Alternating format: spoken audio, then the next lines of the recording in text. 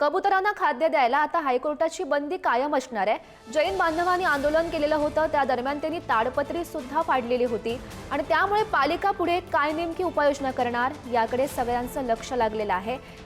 महत्त्वाची अपडेट आपणही बघू शकतो आणि या संदर्भात अधिकची माहिती जाणून घेऊयात। आमचे प्रतिनिधी निखिल चव्हाण सध्या आपल्यासोबत आहेत। निखिल,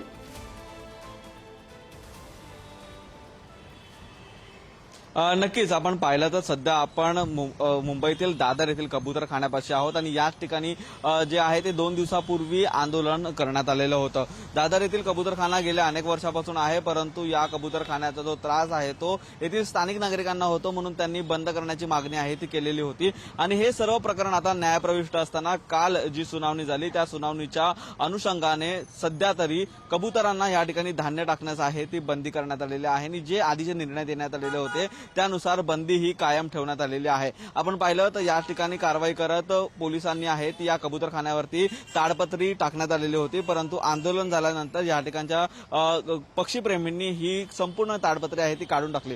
परंतु या ठिकाणी कायदा सुव्यवस्था अबाधित राहण्यासाठी पोलिसांचा बंदोबस्त देखील चोख या ठिकाणी ठेवण्यात आलेला आहे।